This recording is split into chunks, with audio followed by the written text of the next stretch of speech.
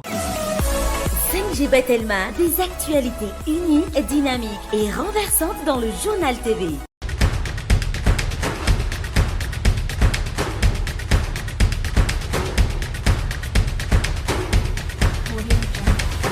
Noltranao ny fampalalam-baovao. INA, plus raffiné que jamais. ITA, huilerie industrielle de Tamata, Isacham Telsuluariv.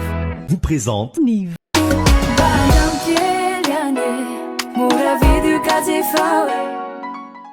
Noltranao ny vaovao.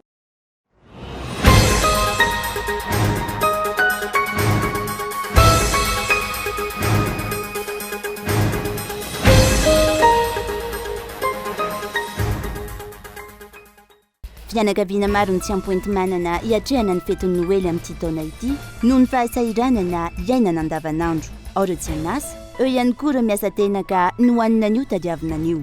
Trano izay ahitana taratra ny fahantrana lalina misy eto amin'ny firenena, vokatry ny tsy fananan'ny mpitondra vina sy tsy fanatanterahana fampanantenana natao tamin'ny vahoaka. Mijanona ho kabary ambony latabatra ny resaka fahavitantena rabary eto Madagasikara hono eo anivon'ny CCS sambana Antananarivo. Tsy mifanaraka ary tsy mizotra mankany amin'ny fanatratrarana izany raha ny fotodrafitrasa momba ny fambolena misy ankehitriny. Hatramin'ireo toerana sompotry ny vary eto Madagasikara, tsy misy fijerena. Tsy misy ny fandriampahalemana amin'ny fankalazana ny fetin'ny Noely araka ny fanadihadiana natao. Mila mailo hatrany noho ny firongatra ireo mpanao sinto mahery amin'izao vanim-potoana izao. Araka izany, tsy maintsy nandray fepetra manokana ny ankamaroan'ireo tokantrano isorohana ny asa ratsy. Nahitana fiakarany 3,000 ariary isaky ny kilao ny vidin'ny vatomamy amin'izao ankatoko ny fetin'ny krismasy zao, raha ny hita teny an-tsena. Raha 2,000 sy iray alina hatramin'ny 4,000 sy iray alina ariary teo ny iray kilao amin'ny vatomamy teo aloha, tafiakatra 5,000 sy iray alina hatramin'ny 2 alina ariary zany ankehitriny raha ny hita eny an-tsena. Valim-panontaniana maro amin'izao fotoana no andrasan'ny vahoaka kurde ao Frantsa amin'ny manampahefana mahakasika ilay fanafiana tao amin'ny foibe kolontsaina kurde ao Paris Omaly, izay nahafatesana olona miisa 3 ary olona 3 hafa naratra. Andrasana ao anatin'izany ny hoe inona no antony fitovirana ankitsirano? Misy piraitsy kombakomba ve? Raha tokana nameloka avy hatrany ireo fikambanana samihafa kurde fa misy ambadika politika ity tranga ity. Nidina an-dalambenany eo ny atezerany vokatra izany ny fikambanan'ireo vahoaka kurde ao Frantsa. Ny andinindin'ireo arahanao afaka fotoana fohy.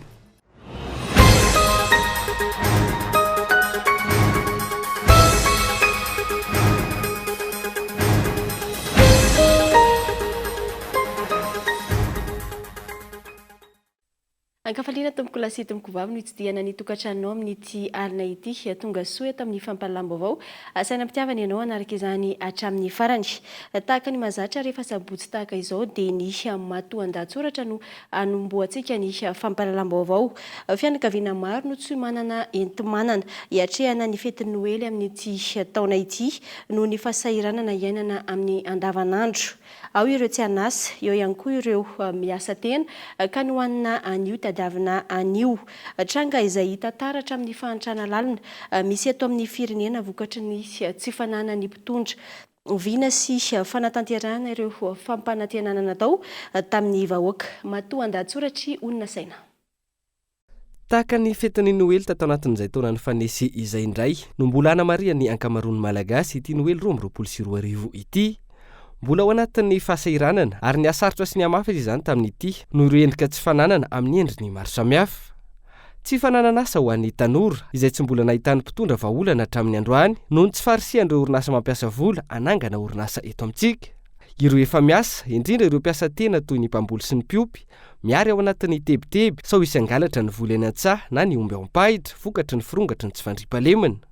Mikaikaika ihany koa ireo mpandraraha madinika, indrindra ireo mpivarotr'entana sy kojakoja mifanaraka amin'ny fetin'ny Noely, tsy mandeha ny tsena.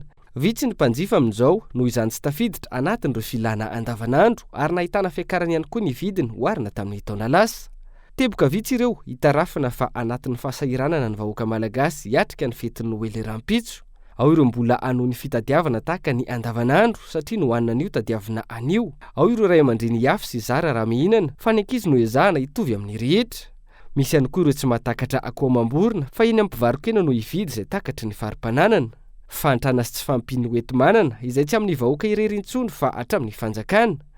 Lany ny vola ao an-tsopotra vokatry ny tsy fahaiza-mitantana ka nanahirana ny fanefana ny karaman'ireo mpiasam-panjakana, ao azy ireo tsy mbola nisitraka izany hatramin'izao.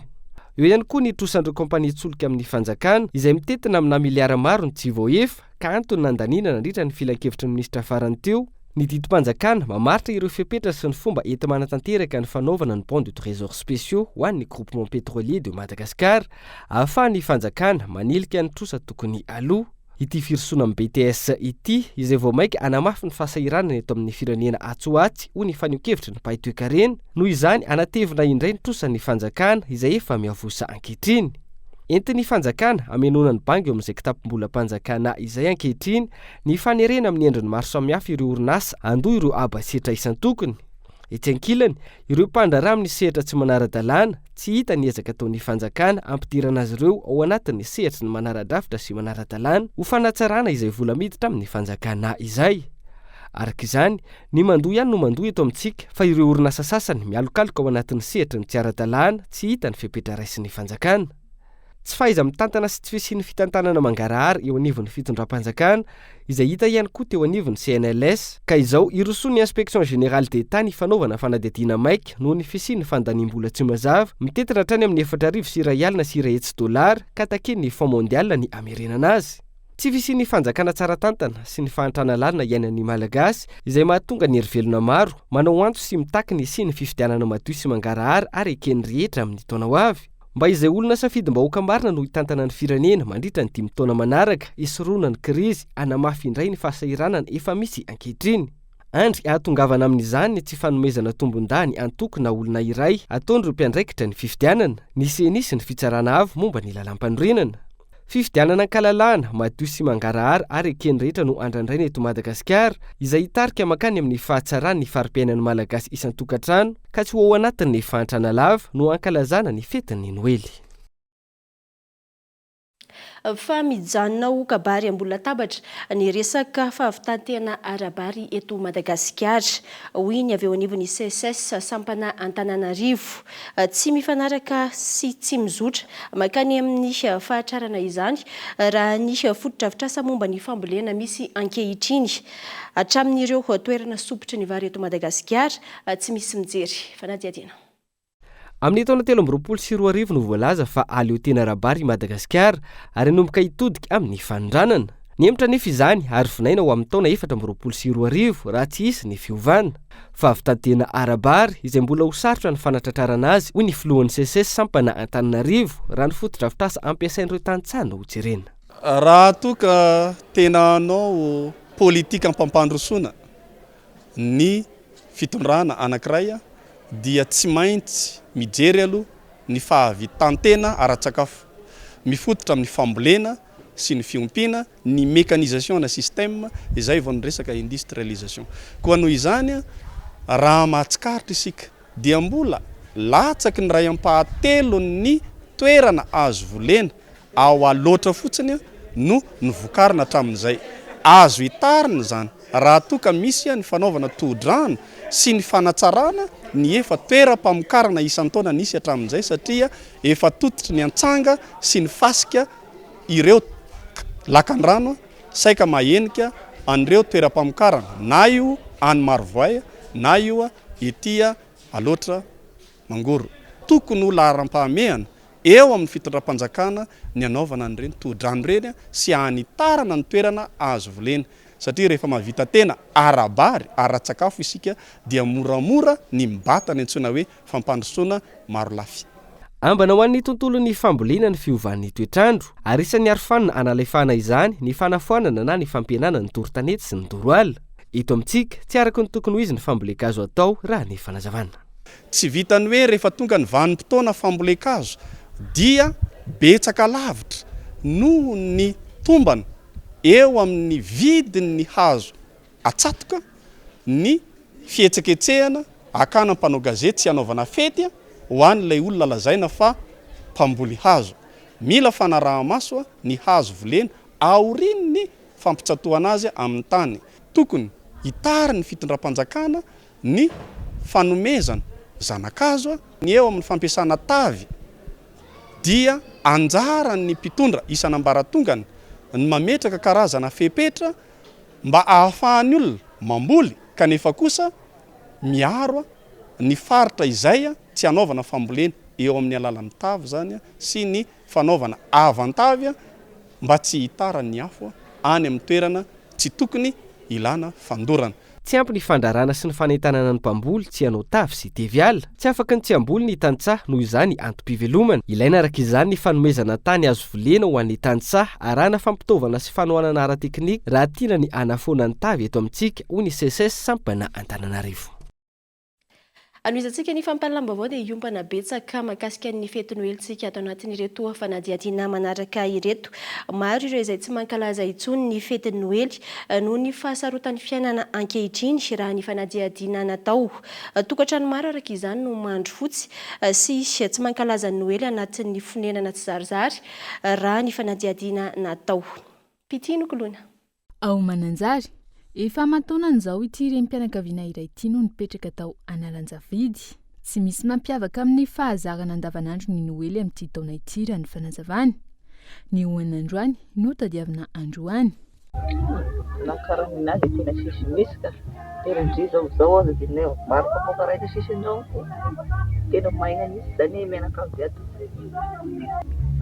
Dia sisy olona rehetra magnano fety dia menaka andramoto.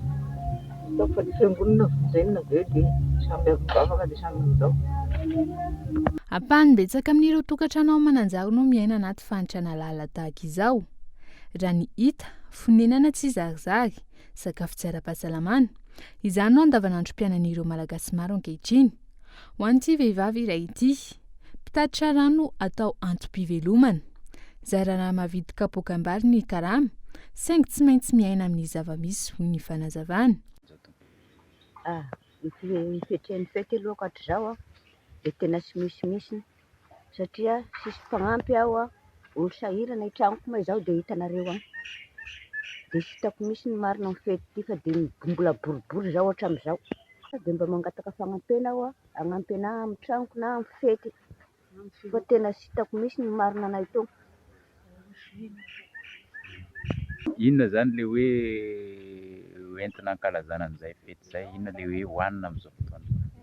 Ny hoanina rô ny fety zao dia mba hoe mba mitovitovy amin'olona io, mba mihinana vary, mihinana ro sara, fa tena sisy vola misy.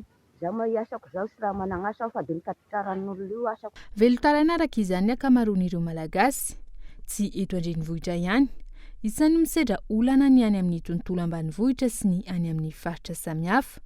Mienatra ny fahefa-mividy, tsy misy ny fankalazana ny noely. Tsy misy ny fandriam-pahalemana amin'ny fankalazana ny fety noely araka ny fanadihadiana natao mila mailo hatrany noho ny firongatra ireo mpanao sito mahery amin'izao vanim-potoana izao. Araka izany, tsy maintsy nandray fepetra manokana ny akamaroan'ireo tokantrano isorohana ny asaratsy. Mirongatra ary miseho amin'ny endriny maro ny tsy fandriam-pahalemana eto andrenivohitra. Ankoatra ny sito mahery izay tonga hatrany amin'ny fandratrana olon-tsotra. Mahazo vahana ankehitriny ny alabotra ao an-tokantrano raha ny fanazavana. Efa hitanao ihany zao le ny olona tsy manam-bola ny sasany dia mamakimaky trano ohatr'izay le zavatra. Ny fiainana efa rahantsika mahalala fa mafy ny fiainana amin'izao dia ny tsy manana mety manitatra ny sainy hoe dia hanao ohatr'izao. Ny olona manao fety, izay tsy hanao fety dia izay le mahatonga ilay izy ohatr'izay. Araka izany, tsy maintsy mandray fepetra manokana ny tsirairay, isorohana ny fahavoazana. Maro ireo misafidy ny ankalaza ny fety ao an-tokantrano ihany. Ohatrany anay aloha raha fety izay na krismasy na tsy krismasy tsy dia mivoaka ny trano izany. Matoa izay mivoaka ny trano dia mandehandeha ety fotsiny dia verina. Tahotra amin'ilay mpangalatra sady ny atao koa tsy misy. Ny andro masom-pokon'olona moa na eto aminay ara dia misy ihany ny andro masom-pokon'olona fa tsy dia misy firy izany. Ndraindray misy tsy dia misy mandalo izany ety fôtony hoe any anananany. Ohatr'ireo olona misy atao ihany izany tena iambenan'ireo olona ireo. Tsy maintsy iny izany amin'ny fiarahamonina tsy maintsy misy foana lianina izany dia tsy maintsy misy miandry trano foana izany aloha. Tsy maintsy misy ny miandry trano. Vanim-potoana mampahazovana ny aripôsy sy ny sitomahery ny vanim-potoana tahaka izao hoy ireo nanaovana fanadihadiana. Miparitaka manerana n'Antananarivo renivohitra ihany koa ireo mpanao asaraty izay mavilo taraina ny rehetra. Arak'izany, mankalaza ny fetin'ny Noely anatin'ny fitaintainana trano ny ankamaroan'ny Malagasy. Fa tsy toy ny isa-taona ny ena ny mpanjifa mofomamy na bûche de Noël hoy ireo mpanao mofomamy nanaovana fanadihadiana. Isan'ireo fomba iray entina mankalaza ny fetin'ny Noely ity karazana mofomamy ity, saingy tsy takatry ny fahefan'ny maro intsony ankehitriny ny vidiny raha ny fanadihadiana natao. Fitianokoloana no mitatitry ny antsipiriny izay. Nanjary fahazarana ho an'ny Malagasy maro ny fanjifana ireo karazana mofomamy bûche de Noël isaky ny fedin'ny Noely. Manomboka amin'ny 2 alina ariary no mihoatra no ahafahana manjifa ity karazana mofomamy ity. Amin'ny ankapobeny, miandry ny akatoko ny fety vao tonga maro ireo mpanjifa noho ny fahasarotan'ny fiainana ankehitriny raha ny fanadihadiana. Ho an'ity mpanao mofomamy ity, hita taratra nandritra ny 3 taona izay ny fankafizan'ny Malagasy ny mofomamy bûche de Noël, saingy mbola ankavitsiany ireo nanjifa izany tamin'ity taona ity. Amin'izao aloha izany izy mbola somary mangingina fa na commande ary amin'izao mbola somary kelikely. Eo amin'ireo andro avahan'ny Noël eo izany zay zao tena manao commande ny olona. Io moa izany arakaraka amin'ny fahaletsehana koa mivaova isa-taona fa tsy voatery mitohy any tamin'ny herintaona ihany tamin'ity. Matetika aloha izany gasy rehefa hoe fety dia tena manao fety sady tsy ataony ambanin-javatra izany hoe bûche de Noël izany. Na dia ilay olona tsy dia pozipozinao ireny ary dia saha foana izy rehefa fety ohatran'izao. Ankoatra ny fahasahiranana manoloana ny fiankaran'ny vidim-piainana amin'izao, akatoko ny fety izao, antony mampiena ireo mpanjifa raha ny fanazavana ny kalitaon'ny akora fototra. Izany amin'izany ny lafarinina, izay fototra ny fanamboarana mofomamy, miova ny kalitao raha ny fanazavana hatrany.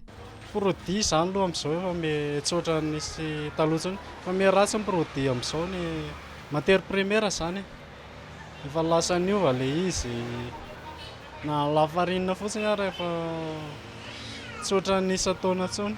Manova satria misy lafarinina misy fofona be ilay izy.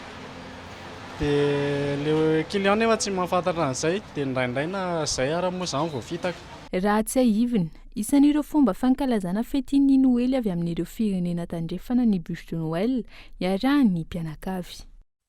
Fa ho fanentanana ireo ankizy eny amin'ny ambaratonga fototra dia nanolotra baka fanangonana tavoahangy plastika manerana ny boriboritany enina eto an-drenivohitra ny tetikasa kopa-kelatra. Tanjona ihany koa ny ampahafantarana ireo ankizy fa azo atao tsara ny mamadika ny tavoahangy plastika ho lasa zavatra hafa indray. Azo fanampiana manokana avy amin'ny orinasa Star Madagasikara ihany koa ireo sekoly misehatra tamin'ity tetikasa ity. Andindindin' izay. Sekoly miisa 7 anatin'ny boriboritany enina eto an-drenivohitra no nametrahana baka kopa-kelatra araka ny fiara-miasan'ny Star sy ny commune Antananarivo renivohitra. Tsy fanentanana amin'ny fiarovana ny fiparitahan'ny tavoahangy plastika ihany fa indrindra fampahafantarana fa azo atao tsara ny manodina azy ireny ho lasa zavatra hafa indray. No safidiana manokana nanaovana ny fanentanana ireo sekoly fanabeazana fototra tao anatin'izany. Ny antony nanaovana izay fanaparitahana tetikasa kopa-kelatra izany amin'ny sekoly dia tsotra ihany. Ny ankizy no tena anisany ilaina ampianarana ny ataontsika hoe geste primordial amin'ny gestion ana déchets plastiques mba ahafahan'izy ireo manaparitaka eo manodidina amin'ny fianakaviana ny namana ary mitondra an'izay fomba fisainana sy fomba fiainana izay miaraka aminazy mandra-palehibe. Ny tetikasa kopa-kelatra dia tsy amin'ny famatsiana fotsiny anireny fitoerana fanahina tavoahangy plastika ireny fa tafiditra tanteraka anatin'ny tetikasa ihany koa ny fanodinana azy ireny ho zavatra hafa indray, izany hoe izay ny atao hoe recyclage. Nidina ifotony nampianatra ireo ankizy ny fomba fampiasana ny baka kopa-kelatra ny avy eo anivon'ny Star Madagasikara noho ny fiara-miasa hatrany isitraka fanampiana sy fanavaozana fotodrafitrasa ireo sekoly fanabeazana fototra ny sehatra tamin'ity tetikasa kopa-kelatra ity raha ny fanazavana. Fiara-miasa izay itoy hatramin'ny taona 2024. Miisa 20 ny baka kopa-kelatra eto Antananarivo amin'izao fotoana ary misy ny fikasan'ny Star ametraka izany amin'ireo sekoly ambaratonga fototra rehetra eto Antananarivo sy any amin'ny faritra. Ny tanjon'ny kopa-kelatra amin'izany dia anakaiky kokoa ny vahoaka ampianarana azy ireo anangona ny tavoahangy plastika amin'ny toerana tokony hisy azy. Ankoatra izay, tamin'ity taona ity ihany koa no nisian'ny Prix Pierre Castel na fifananana mandrafitra tetikasa misehatra amin'ny fanodinana sakafo sy ny fambolena voalohany eto Madagasikara, izay tafiditra ao anatin'ny Prix Jeune Espoir ihany koa. Tanora avy amin'ny faritra Vakinankaratra misehatra amin'ny famokarana sakafo ho an'ny omby vavy be ronono no nahazo izany. Lelavola mitetina 500,000 euro sy fanofanana arak'asa nandritra ny herinandro tany Côte d'Ivoire ny loka nomen'ny vondrona Castel azy. Mbola hitohy amin'ny taona ho avy ny fifananana Prix Pierre Castel ka any amin'ny volana Marsa no hisy ny fampahafantarana mahakasika izany. Dia iny ihany koa mamarana ny tapany voalohany tato anatin'ny fampahalalam-baovao, miverina eto isika ao aorian'ny doka ao anatin'ny tapany faharoa rehefa avy eo ary.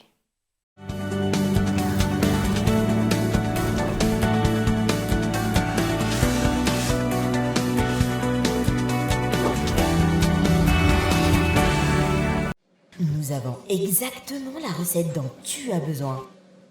Mets d'abord une bonne dose de crédit d'appel national, international, des SMS. Rajoute de la data. Encore. Voilà. Et pour relever le tout, des heures de télé gratuites. Tu mélanges, c'est prêt. First Premium Plus, le mix parfait pour rester connecté. À 15 000 arrières seulement. Tape le dièse 322 étoile 92 dièse.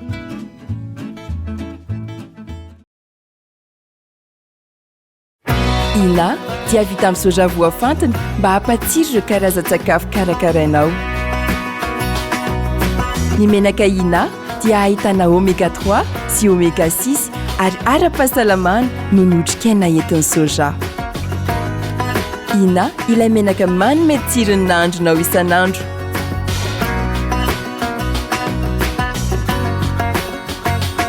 Ina, plus raffiné que jamais. Ita, huilerie industrielle de Tamata, misatra amin'ny telo sy roa arivo.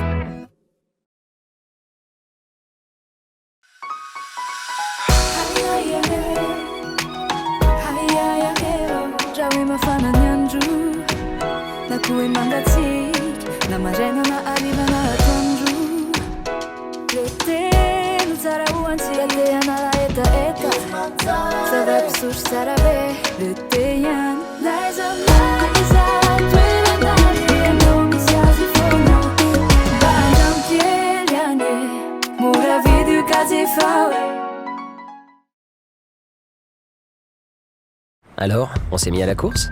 Sur l'Apple Watch aussi, il y a du nouveau. Avant, elle calculait votre distance. Maintenant, elle calcule aussi votre longueur de foulée. Elle distingue la brasse du dos crôlé et surveille votre température pour estimer quand vous avez ovulé. Pendant que vous rêvez, elle mesure vos phases de sommeil à la minute près. Et elle peut détecter un grave accident de voiture et appeler les secours. Alors, oui, il y a du nouveau.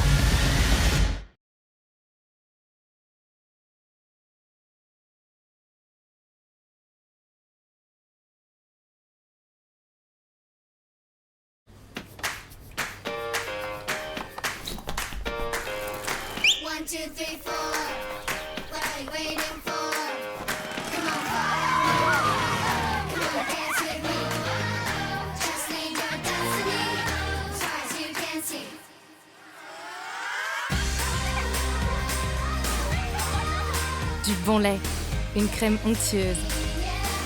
La vie, ça se dévore comme un kiri.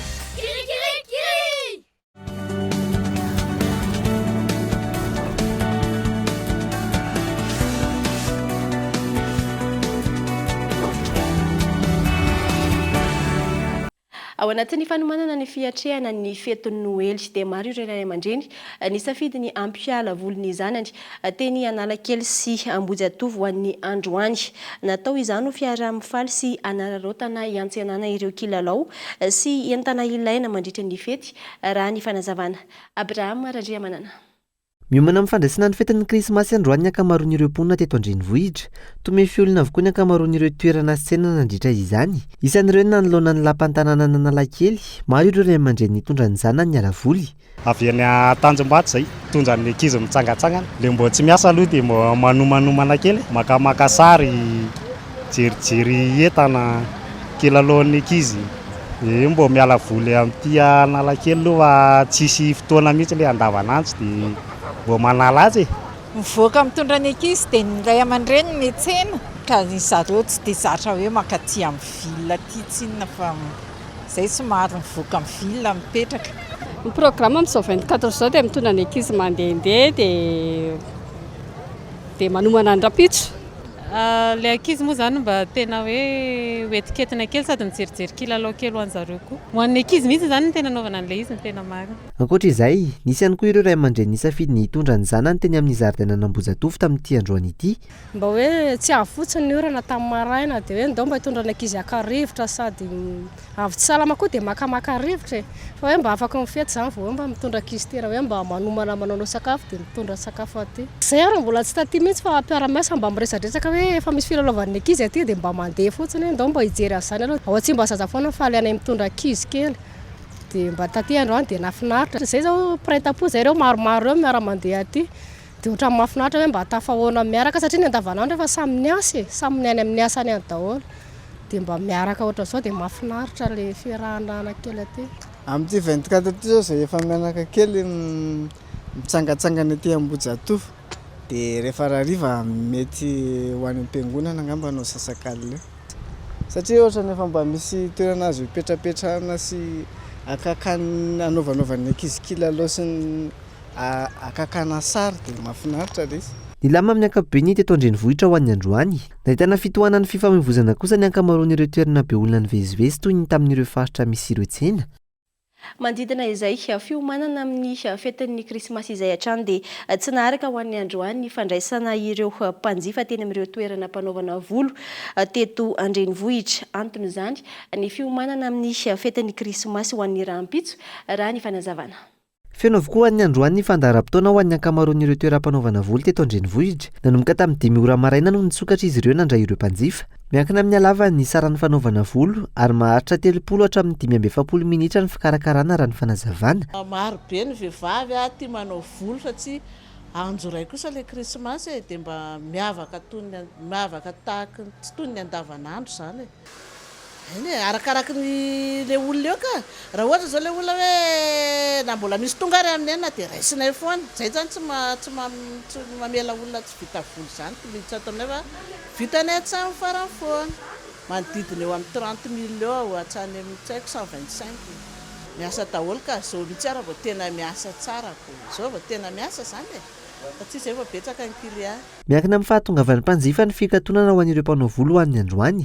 Miasa foana aloha zay zany na firy androany dia raha pitsy maraina koa zay 4h du matin dia efa mandray olona. Misy manao rendez-vous ka dia misy manantona dia misy ny client efa zatranay. Tamin'ity zany izy mba ohatran'ny tsaratsara kely par rapport ny tamin'ny herintaona taorian'ny confinement zany tamin'ity ny tsena hitako hoe mety kely fa mbola manana tena fahatongavan'ny olona. Ny fiainana zany lanja miakatra dia mampiakatra kely fa kely saza fa efa mividin'ny olona zany fa tsy hoe betsaka mo manararoatra kely koa amin'le fety dia mampiakatra kely fa rehefa vita ny fety ohatra ny anahy dia miverina amin'ny prix andavanandro ihany. Ankoatra izay tsy nitao volo ihany, maro ihany koa ireo nanao ny fikarakarana tareo amin'ny fetin'ny krismasy. Faniakatra avroeny raha ampitaina tamin'ny taondasa ny vidin'ny gisa sy ny vorontsoloza amin'izao akatoko ny fetin'ny krismasy sy ny faran'ny taona izao raha nambaran'ireo mpivarotra. Antony izany ny fahalafosan'ny sakafom-biby toy ny katsaka, eo ihany koa ny fiatraika ny fiakaran'ny vidin'ny solika. Abraham Radriamanana. Mahazo vana ankehitriny ny fanjifana ny vorona ao anatin'ny fiatrenan'ny fetin'ny krismasy sy ny faran'ny taona eto Andrenivohitra. Ny gisa amin'ny ankapobeny no isan'ny be mpanjifa amin'izany raha nambaran'ireo mpivarotra. Nahitana fiakarany tamin'ity taona ity ny vidin'ny gisa sy ny vorontsiloza manoloana ny fahalafosan'ny vidin'ny sakafom-biby. Fa gisa aloha tena niakatra avroeny satria ny katsaka ny niakatra be momba le lasantsy. Io ny nampiakatra ny gisa. Gisa tamin'ny herintaona enin'alina 5 alina mahazo zao hatramin'ny 7 alina. Vorontsiloza hatramin'ny 5 alina sy 1 hetsy. Nefa taloha varotra 3 alina sy 1 hetsy. Mavesatra izy mahatonga zany 5 alina sy 1 hetsy any arakaraka ny lanjany. 7 alina tena mavesatra. 5 arivo sy 1 alina zao ny prix tena normal eto aminay mavesatra afa-po daholo ny mpividy. Tena nafinaritra aloha zany ny fanjifan'ny olona nazy na dia hoe maisamaisatra ihany ary. Fa tena vonona nanao fety le olona tsy haiko hoe manala stress ve tamin'ny corona sa ahoana. Kana tsy nisy tamin'ity nefa mora ihany aloha izy. Satria 5 arivo sy 2 alina kana. dia 2 alina. Maina be ny tany tsisy rano dia tsy miompy ny olona fa rehefa tsisy rano eo dia tsy mitombo. Ho fanomezana fahafa-po amin'ny sakafo ho an'ny fianakaviana mandritra ny fetin'ny krismasy ny faran'ny taona no isan'ny antony manosika ireo mpanjifa hividy vorona. Izy ity zany fety dia nohon'ny ankizy na tsisy vola ary dia tsy maintsy miezaka kely. Le vidiny entana koa aloha tena lafo. Ity zao eritreretinao ny 5 alina. Nefa tamin'ny herintaona rengisa 5 alina. Efa fatao isan-taona ny anay ka. Isan-taona. Krismasy taom-baovao anankiray ka ray aniko izay ho efa mianaka kely. Mamiova kely zany le tsirony satria izay tsy mividy gisa raha tsy fety. Etsy ankilany mitotongana ny tsenan'ny gisa ao Ambatondrazaka ankehitriny na eo aza ny fidinan'ny vidiny any an-toerana. Dimerizy 3 alina dia 4 alina dia 5 alina ny farany ambony dia dimerizy 5 alina. Tamin'ny taon-dasa ny tena tsara ny tsena. Tamin'ity tsisy mpanangona mihitsy. Ohatrany tamin'ny herintaona betsaka mihitsy tsy araka mihitsy ara ny entana vidiana. Fa izao betsaka mivizaika mihitsy ny entana tsisy mpanangona. Ny fomba mandehandeha kely fa raha resaka gisa dia mora be mihitsy. Hitoetra amin'ny fiandohan'ny taona ny famarotana ireo vorona ho an'ireo mpiompy raha ny nambaran'izy ireo. Nahitana fiakarany hatramin'ny 3,000 ariary ny 1 kilao amin'ny vidin'ny vatomamy amin'izao akatoko ny fetin'ny krismasy izao raha ny hita teny an-tsena. Raha 2,1 ariary hatramin'ny 9,1 ariary teo ny 1 kilao amin'ny vatomamy teo aloha. Tafiakatra hatramin'ny 5,1 ariary hatramin'ny 2 ariary izany ankehitriny raha ny hita teny an-tsena. Daniela Minorso. Hoarina tamin'ny taon-dasa, niakatra avokoa ny vidin'ny vatomamy tamin'ity taon'ity raha ny hita teny an-tsena. Raha navita nanjifa vatomamy lanja 3 kilao teo aloha ny iray amin'ireo mpanjifa. Na enan'izy ireo izany ankehitriny noho izay fiakaram-bidy izay. Ia, vidy bombo mihitsy izay izy fa tena tena lasa ntsondra be ny bombo tamin'ity. Moa le vola tena lasa ohatrany tena maivana be zany lanjam-bolantsika zany amin'izao. Tena tsisy dika mamoaka 100,000 zany aminao tena tsisy dika ny iray minitra. Mbola 100,000 mahery zao vidinay izao ireo nefa mbola anampy kely fa fianakaviana be da be dia vidividianana kely daholo ny ankizy fianakaviana ny zanaka. Efa mpivita isaky ny krismasy reny mba mahalifaliana ny ankizy dia tena niakatra be mihitsy ny vidiny tsy ohatran'ny teo aloha. Raha taloha zany farany lafo eo amin'ny 60,000 ny tsara ny qualité tsara. Zao ary ny qualité le ambanimbany zao 80,000 ny kilo. Dia tsy afaka mividy betsaka fa izay azony volany izay sahaza ihany ny atao e. Na hena tsy ohatran'ny isan-taona raha mividy 1 kilao dia atao atsasany dia ampiana ohatra ampiana biscuit na ohatr'izany. Vokatra io fiakaram-bidy io tsy nandeha takany mazatra ny tsenan'ny vatomamy raha nambaran'ireo mpivarotra. Dia misy tamin'ny herintaona izy nandeha fa izao tsy mandeha mola sa lafo be koa ilay izy no tamin'ny herintaona. Tamin'ny herintaona tena teo hoe mbola azaka ny olona fa tamin'ity tena teo nefa tsy manam-bola tsoka mba ilay olona dia tsy mahatakatra ilay izy tsony. Ohatra hoe varotra ahitana valerana ray tapitrisa izay dia malafo eo amin'ny 400 izany. Tena tsy mitovy zany tamin'ny herintaona sy tamin'ity. Ie mivarotra foana isan-taona, tsisy tsena sady ny entana miakatra be nefa ny tsena tsy misy. Tsisy ny olona tsy manam-bola daholo. Nenay zao 100,000 ny kilao dia 90. Zay ny prix 75 dia lasa nisondrotra be ny hena daholo. Raha mitsara misy kiliana zao vidy 2 kilao 3 kilao lasa 1 kilao. 3,000 ariary isaky ny kilao ny fiakaram-bidy ho an'ny vatomamy raha ny hita teny an-tsena androany. Raha nanomboka tamin'ny 2,1 alina hatramin'ny 9,1 ariary teo izany tamin'ny taona 1,22 tafiakatra 5,1 alina hatramin'ny 2,1 alina mihoatra izany ankehitriny. Ankoatr'izay nahitana fiakarany ihany koa ny vidin'ireo biscuit sy chocolat fampiarahana amin'ireo vatomamy isaky ny fety tahaka izao.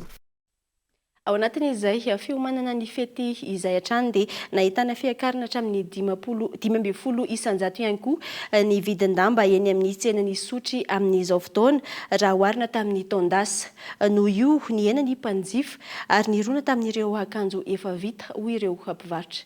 Christian Dimby. Mitotongana ny tsenan-damba eto andrenivohitra amin'izao fotoana maloana ny famaroany ireo toeram-pivarotana akanjo efa vita sy ny friperie. Nahatonga ifenahana io ihany koa ny fiakarana 15 hatramin'ny 20 isan-jato amin'ny metatry ny lamba raha ny hita teny amin'ny tsenan'ny sotry. Ny tsena aloha dia tena tsy mandeha. Ny olona tompoka dia tsisy vola satria miakatra be mividy piainana dia tsisy vola ny olona. Dia ny entana koa niakatra dia izay mahatonga an'ilay tsena tsisy. Ny ravin-damba tena mandeha aloha dia ohatrany hoe crêpe lourd dia ilay lamba le mora reny le solda reny zany ny zakan'ny olona amin'izao fa ny olona tsy mahazaka an'ilay lafo be. raha tena hoe ny krismasy tombo volo zany nandrandraina dia tena ohatra ny diso fanantenana izay fa ohatra ny lasany amin'ny friperie daholo ny olona dia izay miakatra be zany le dépense amin'ilay olona dia alohan'ilay olona tsy mividy lamba fa tonga dia mividy friperie. Ny tsena tsy mandeha, ny entana niakatra avy any am-poto no hiatrany ireo mpivarotra. Tamin'ny tondasa ohatsy tamin'ny 3 taona lasa efa taona lasa zao hoe mandeha hoe akaiky mifety mandeha ntsena fa amin'izao izy efa afaka avitsina sisa ny olona manjesa lamba.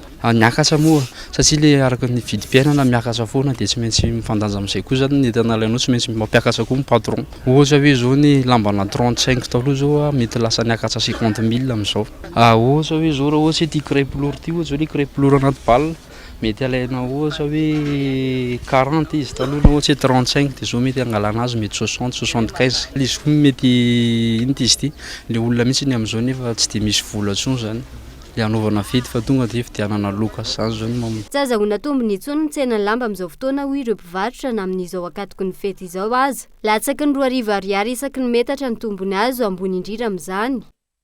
Lafomba vao tanteraka dia mirongatra ary lasa fitadiavam-bola ho an'ny ankamaroan'ny mponina ankehitriny ny lalao ludo amin'ny finday raha toka fialam-boly izany ho an'ny mpianakavy. Lalao izay mila paikady sy fahaiza-manao ary vitana ihany koa raha ny fanadihadiana natao teny amin'ny fiarahamonina. Gaëtan Randriatsilafo. Ludo mahafinaritra ka sady fanalan'andro kilalao mahafinaritra mandandany io zava mahafakandro mihitsy mahafakandro mihitsy io zany rehefa tena tiana azy. Misy taktika mety nataon'io mba hanisena sa misy taktika mihitsy ka misy taktika dia misy fomba fahaizana raha mba manome papa kely ianao ohatra zany zao rehefa ohatra ianao mahazo enina ohatra dia mivoaka dia mety misy fotoana ianao mety tsy mivoaka tampoka fa mandeha no atao ohatr'izay le izy misy taktika zany le izy. Ny tsara kokoa manenjika izay injena amin'ilay izy allo manenjika tahaka izay ny resaka ny fanaovana tamin'ny teram-pianakaviana ity mahakasika ilay ilalao amin'ny finday antsoina hoe ludo izay miamahazo vahana eny anivon'ny fiarahamonina amin'izao fotoana. Tsy mifidy ora, tsy mifidy toerana ary indrindra tsy mifidy taona, afaka milalao azy avokoa ny rehetra, miainga amin'ny olona 2 hatramin'ny olona 9 no afaka milalao azy. Ny zava-misy ankehitriny anefa lasa filokana ary zary fitadiavam-bola ho an'ny sasany ity lalao amin'ny finday ity. Miainga amin'ny 200 ariary hatramin'ny 4 alina ariary ny vola ampiasaina.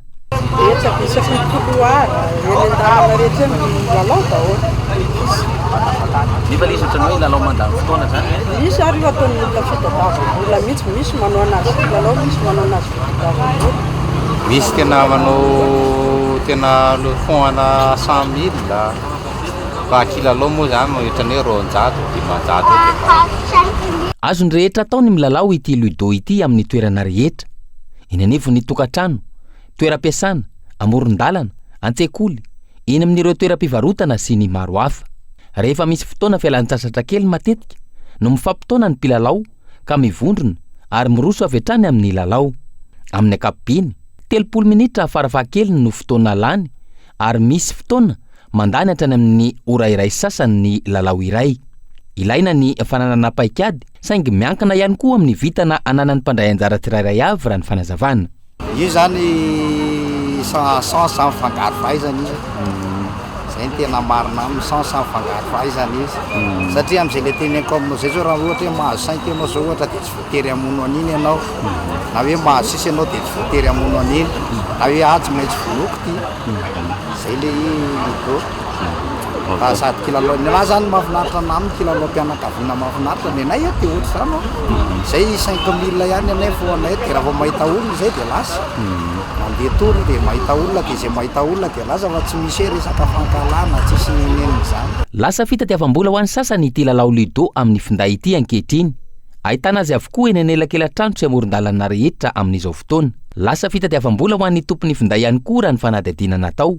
Manofa 10 ariary hatramin'ny 2 ariary isaky ny lalao iray ireo mpilalao, indrindra ireo mpiloka raha toka tsy manana finday avolenta ahafahana manao izany. Amin'ny ankapobeny raha ny fanadihadiana natao, ambany ny ambana mety hiteraka korontana sy ady amin'ity lalao ity. Ambany ihany koa ny ambana amin'ny isian'ny osoka amin'ny karazana loka tahaka izao no izy arahan'ny rehetra mijery. Ambony kosa nefa ny ambana ho an'ireo ankizy sy tanora no izy mahavariana mandany fotoana ka mety ho adiny ny fianarana sy ireo asa mandraharaha tokony atao eo anivon'ny tokantrano. Na inona nefa ambara, isan'ny lalao miroborobo ary manintona olona maro eny anivon'ny fiarahamonina ankehitriny ny ludo. Ho an'ny maresaka avy any ivelany dia valim-panontaniana maro amin'izao fotoana no andrasan'ny vahoaka kurda ao Frantsa amin'ny manam-pahefana mahakasika ilay fanafiana atao amin'ny foibe kolontsaina kurda ao Paris omaly izay nahafatesana olona miisa 3 ary olona 3 hafa naratra. Andrasana ao anatin'izany no hoe ny antony fitifirana ankitsirano misy piray tsokombakomba ve raha toka manameloka avy hatrany ireo fikambanana samihafa kurda fa misy ambadika politika ity tranga ity. Nidina an-dalambe na ny atezerany vokatra izany ny fikambanan'ireo vahoaka kurda ao Frantsa. Fanadihadiana eo amin'ny sariny France 24. Anatin'ny fanadihadiana tanteraka mikasika ity fanafiana nahafatesana olona 3 tamin'ny foibe kolontsaina kurda ao Frantsa ity amin'izao fotoana ny manam-pahefana any an-toerana ary efa eo am-pelatanan'izy ireo ihany koa ilay navandoza. Teboka voalohany heverina ho anton'ny fanafiana ankehitriny ny fanavakavaam-bolo-koditra. Tompona ndraiky mpanjakana maro no naneho fiara-miory amin'ny fianakavian'ireo niarambona tamin'ny tambajotra-tserasera samihafa, isan'izany ny filoha frantsay, ny sekretera-mpanjakana amerikanina. Tsy voasamba no nisy fikasana fanafiana ny foibe kolontsaina kurda ao Frantsa raha ny fanazavana. Antony tarika ny atezeran'ireo vahoaka kurda. Taorian'ny fanafiana ny rotra nidina an-dalambe ireo vahoaka kurda monina ao Frantsa. Nisy ny fifandonana mahery vaika tamin'ireo mpitandro ny filaminana nandritra izany. Dia izay ihany koa no masakazo natolotra tamin'ity alina ity tompoko lahy sy tompoko vavy isaorana feny ianao tsy nisaraka taminay hatramin'ny farany raha ampitso amin'ny ora mahazatra no mamy fotoananao indray ny fampalamba vaon'ny kolo. Mirary fety sambatra ho antsika rehetra tompoko.